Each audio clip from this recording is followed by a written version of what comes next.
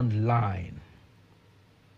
Presidential candidate for Chama cha Mapinduzi CCM, Samia Suluhu Hassan, says upon re-election, her party will ensure the implementation of the construction of the Outer Ring Road within the Tabora region, which aims to reduce traffic congestion in the region. She made the pledge while concluding her party's campaign rallies in the Kigoma region as the party continues to solicit votes and promote its election manifesto for this year's general election. Na furaha kuwajulisheni kwamba tunakuja na ujenzi wa barabara mpya. I am pleased to announce that plans are underway for the construction of the new ring road in Tabora. We have already completed the necessary assessments for the project, which will cover a stretch of 32 kilometers. Once completed, this road will allow all vehicles that don't need to bypass the central part of Tabora city to use this road out of the city.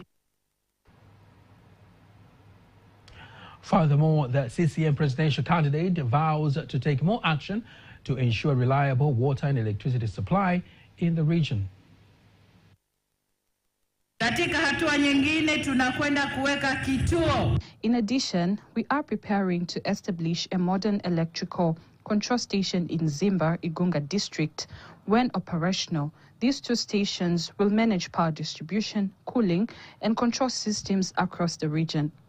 Furthermore, the ongoing water project, which sources its supply from Lake Victoria and 28 cities project, will play a vital role in addressing the persistent water shortage challenges in Tabora region. As presidential candidate for Chama cha Mapinduzi CCM, Samia Suluhu Hassan concludes her party's campaign in the Tabora region. Tomorrow, the candidate will kick off her series of political rallies in the Kigoma region.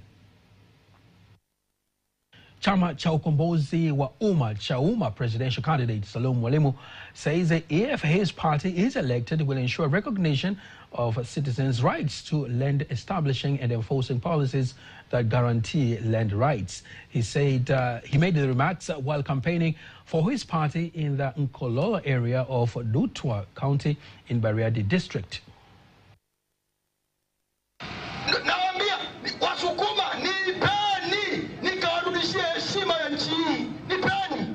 I urge you to give me your votes so that together we can restore the dignity and respect of this country.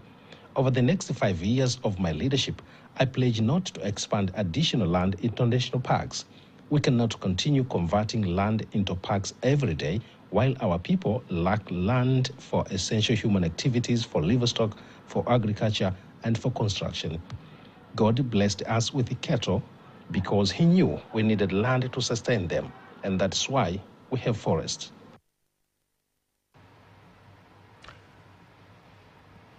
Furthermore, the Chauma presidential candidate assures the Bariadi residents of a free market for the cotton crop.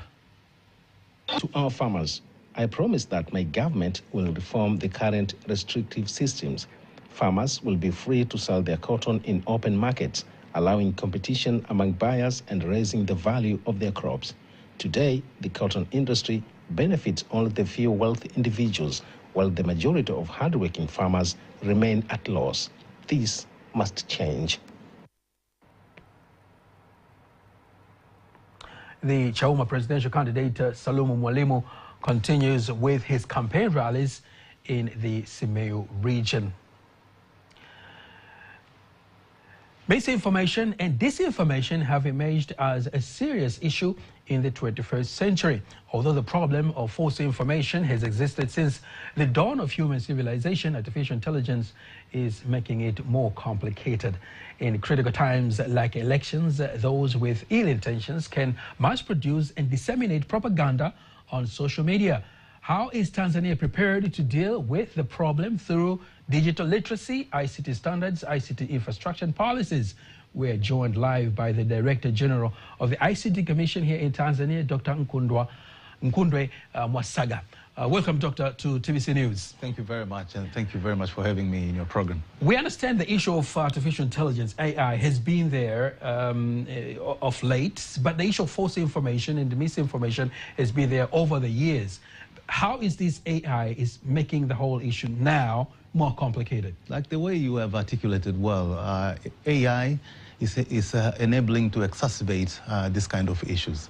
When we look at this paradigm, we find that there's an issue that has to do with misinformation, disinformation, and the outright propaganda, which is not very good for any society in this world.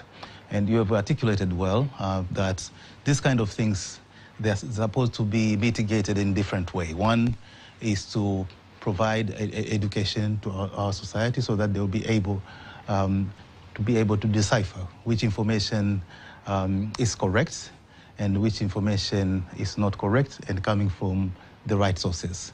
But now we understand one thing: misinformation. Sometimes someone can provide information without knowing that this information is not correct. But disinformation is intentional. Someone is creating a certain type of content so that they can be able to achieve certain outcome that they want. And the outright propaganda, we know that is always not very good. So somebody might think that a problem like this might be existing in other countries, but maybe not in Tanzania. How serious is the problem in Tanzania? Well, we see that the method that many people are using to spread this kind of information is affecting some of the people, especially in the situation where journalists are not involved very much to be able to act like a gatekeeper of which is a qualitable information and which is not qualitable information. So people are consuming information, and sometimes we do see that there are certain information that they are consuming is not correct. So you think at times the journalists are not doing their job to filter the right information from the wrong one? No, we need journalists now. Our society needs journalism very much, because journalists, they're acting like people that they can look at the content and know exactly which content is supposed to be provided by credible source. So journalism is needed more now in the age of social media,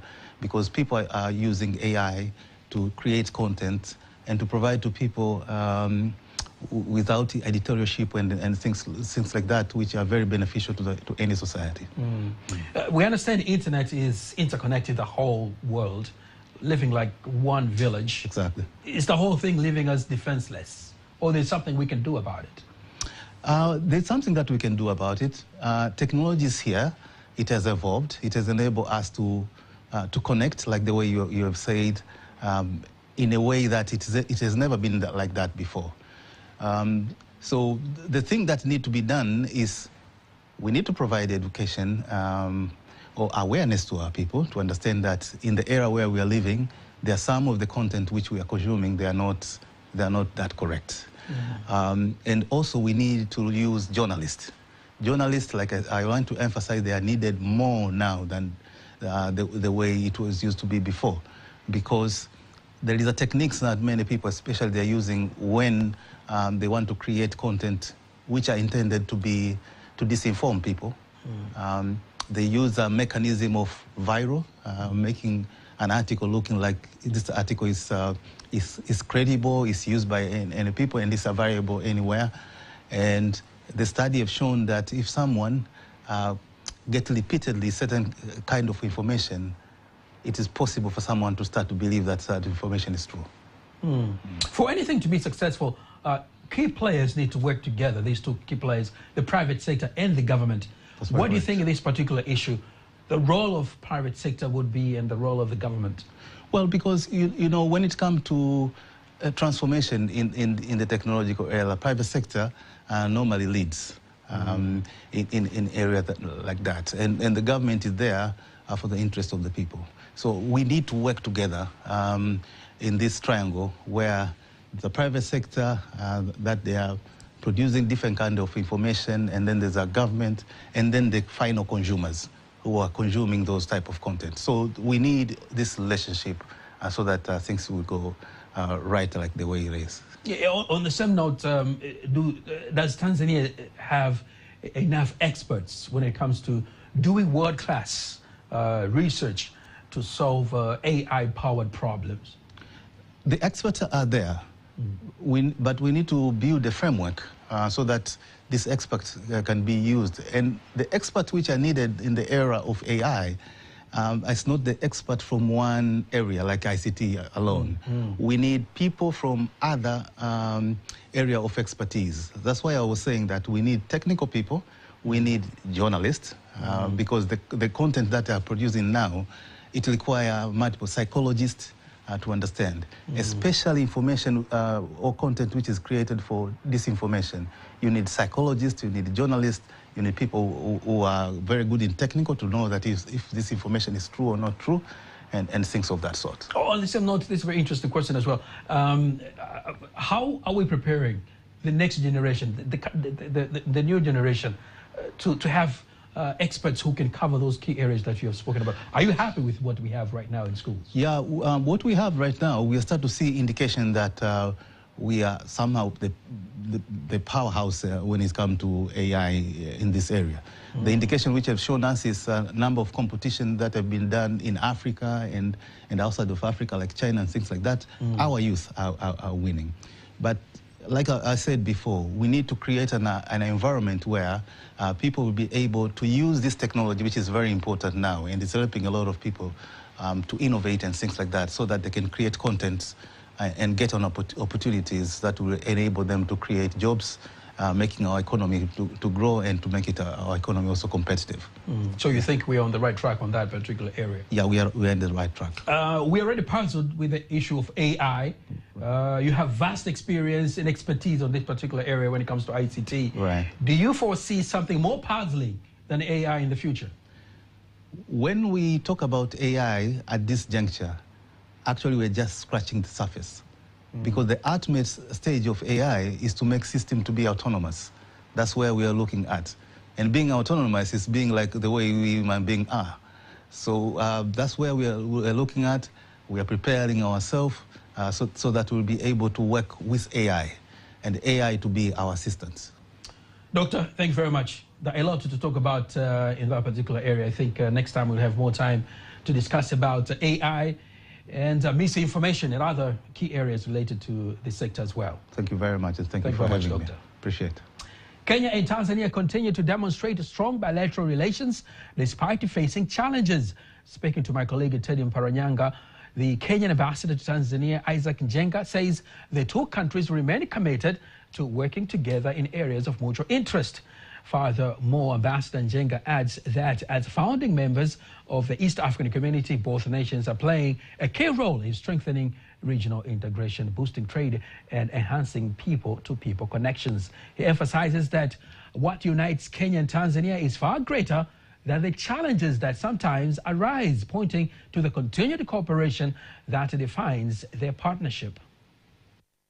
Kenya and Tanzania share very deep relations in terms of people-to-people relations. Our communities, we share a number of communities, and these relations are very historical. They go back many years back.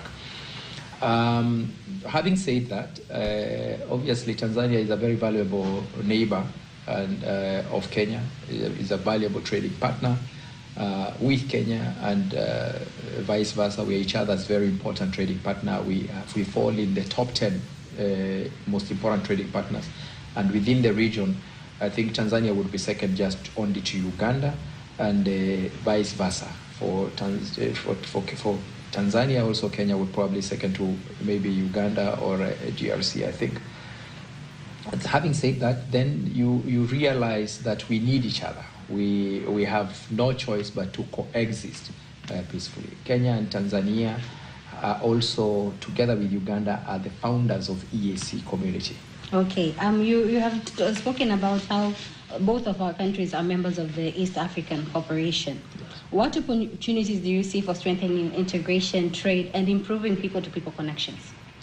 Now, Teddy, you've asked a very important question, because even though we are both members of the EAC, and not just members, we are founding members of the EAC that we began, we can call it 1.0, that started in, after our independence and ended in 1977.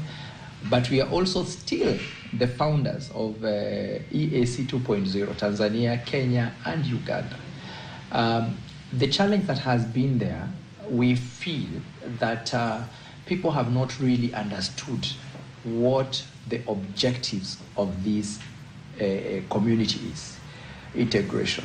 And let me just say quickly, this community, when it was founded, the basis of it and the pillars of it are that there are 4 main pillars that we are supposed to achieve. One, to have complete integration. One is to have a common market, a single custom territory, and then we have a common market, then we have what we would call a single currency, monetary union.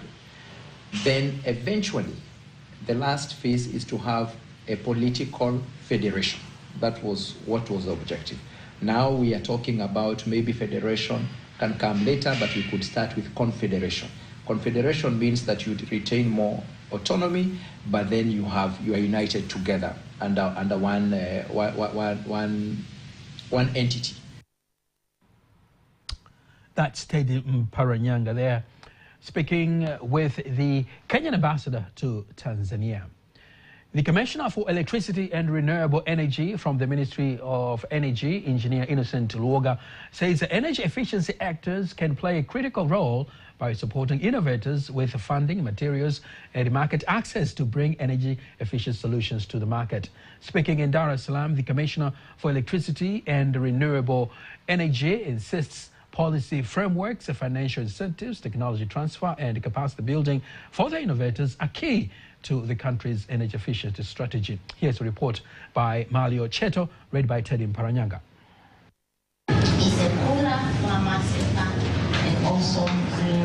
Two outstanding women scientists from the University of Dar es Salaam, Dr. Regina Mtei and Dr. Godiana Filippo, showcased their lightweight geopolymer concrete innovation, which offers a sustainable, energy-efficient and affordable alternative for home construction. Guest of Honor Commissioner for Electricity and Renewable Energy at the Ministry of Energy, Engineer Innocent Luoga, urges energy stakeholders to expand more support to ensure the innovation reaches more Tanzanians. It is not a matter of one time and finish, but for us as the government, we would like to see you going forward for more innovation, but we want to see the results of this creativity. So this is what we are saying, it is a continuous journey of learning. So we are expecting more from you innovators. This is the first step.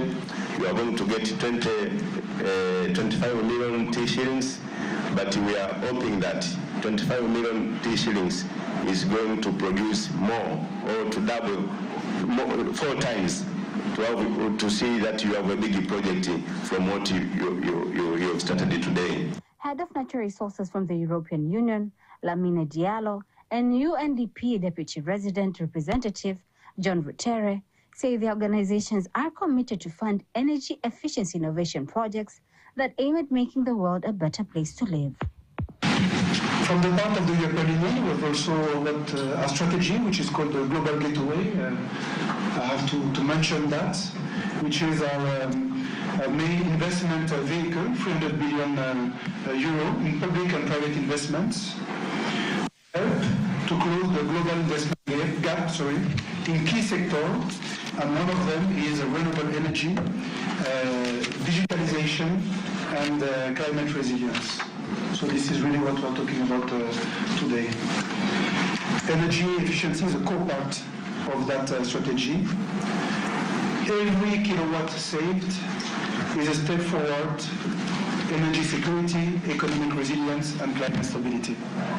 We have been able to do with the government, especially in the area of energy efficiency, would not have been possible. The EU contribution has demonstrated how development cooperation can unleash climate action, can diffuse energy access, and can accelerate inclusive growth.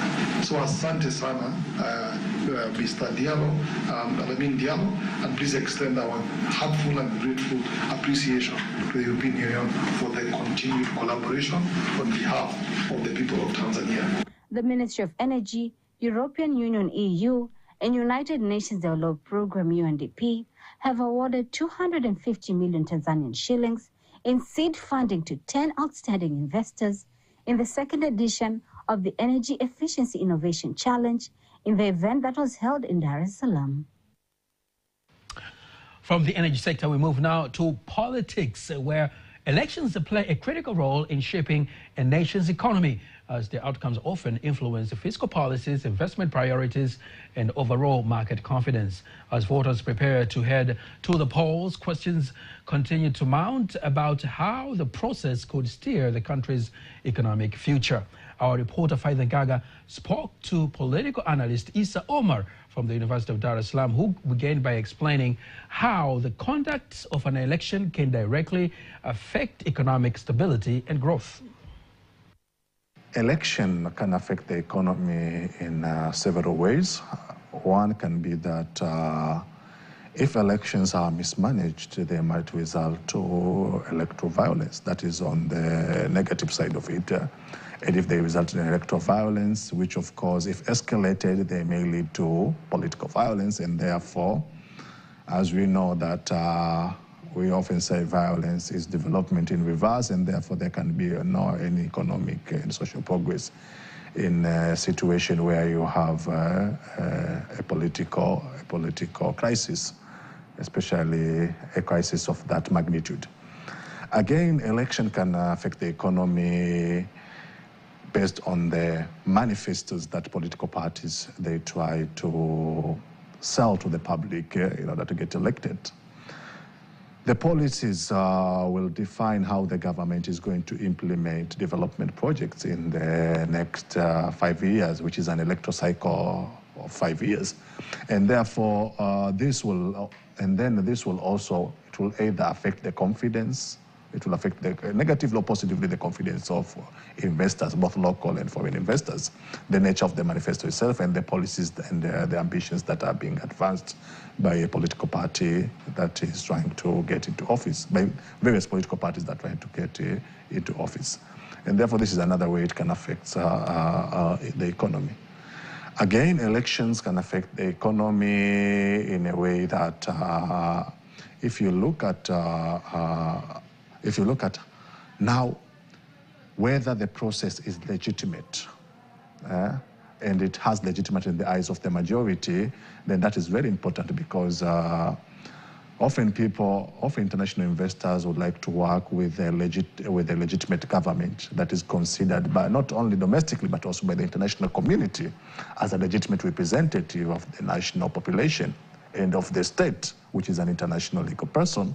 And therefore, as I said earlier, if then you have that, you have a decline in public trust, decline in public confidence towards elections, and maybe contending parties, or maybe the election management bodies and the entire electoral system, then this also might erode to a certain degree the legitimacy of the government that is elected through this process. In case you missed any one of our stories, remember you can always go to our YouTube channel at TBC Online and watch anytime, anywhere. Before we conclude the local news, let's take a look at today's exchange rates according to the Bank of Tanzania, BOT.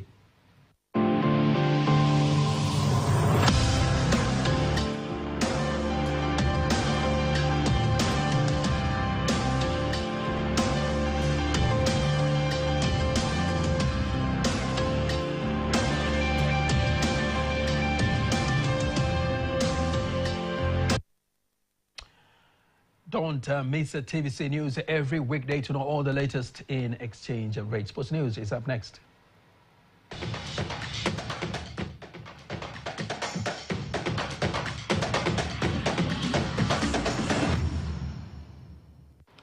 In sports news, the Kenyan ambassador to Tanzania, Isaac Njenga, says that East African teams have gained substantial and sufficient experience following the conclusion of the CHAN 2024 competition.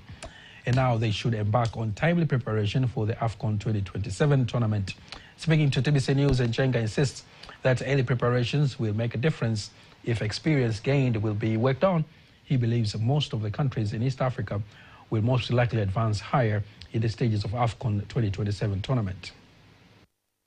We have used this as a measure of ourselves to be able to see where are we doing well, where are we not doing well. And I think with the concerted effort, we can be able to do better. Mine is just to say that even after AFCON is over, we as East Africans, Kenya, Uganda, and Tanzania should now focus on doing a lot of build-up matches, and not just with those countries that are hosting, even with the other countries that are not hosting, who have good clubs, who have good sides, who have good teams. We can be able to do this so that we are able to build experience for our players, and we can put them in good shape, in readiness for the time of AFCON. Tanzania, Kenya, and Uganda hosted the CHAN 2024, but none of its national teams reached the final stage of the competition. The Danish ambassador to Tanzania, Jesperi Kamasgard, believes that football talent in Tanzania should be built from foundational academies, insisting that the development of modern football largely relies on modern academies.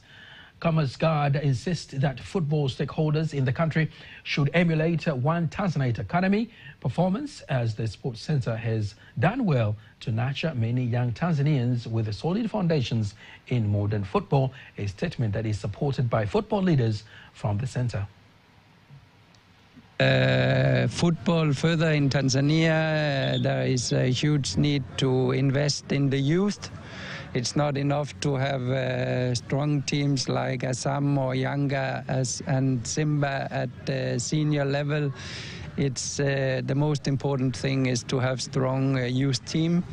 This is how we have developed football in my country, by having really strong youth teams. And that's why Denmark has qualified for the World Cup in football for many consecutive tournaments. Great insight there as far as football is concerned. That's all we have for tonight. Don't miss our next bulletin in Kiswahili at 11 p.m. On behalf of the whole team, I am Nasa Kingu. Thanks very much for watching, and have a lovely night and a constructive weekend.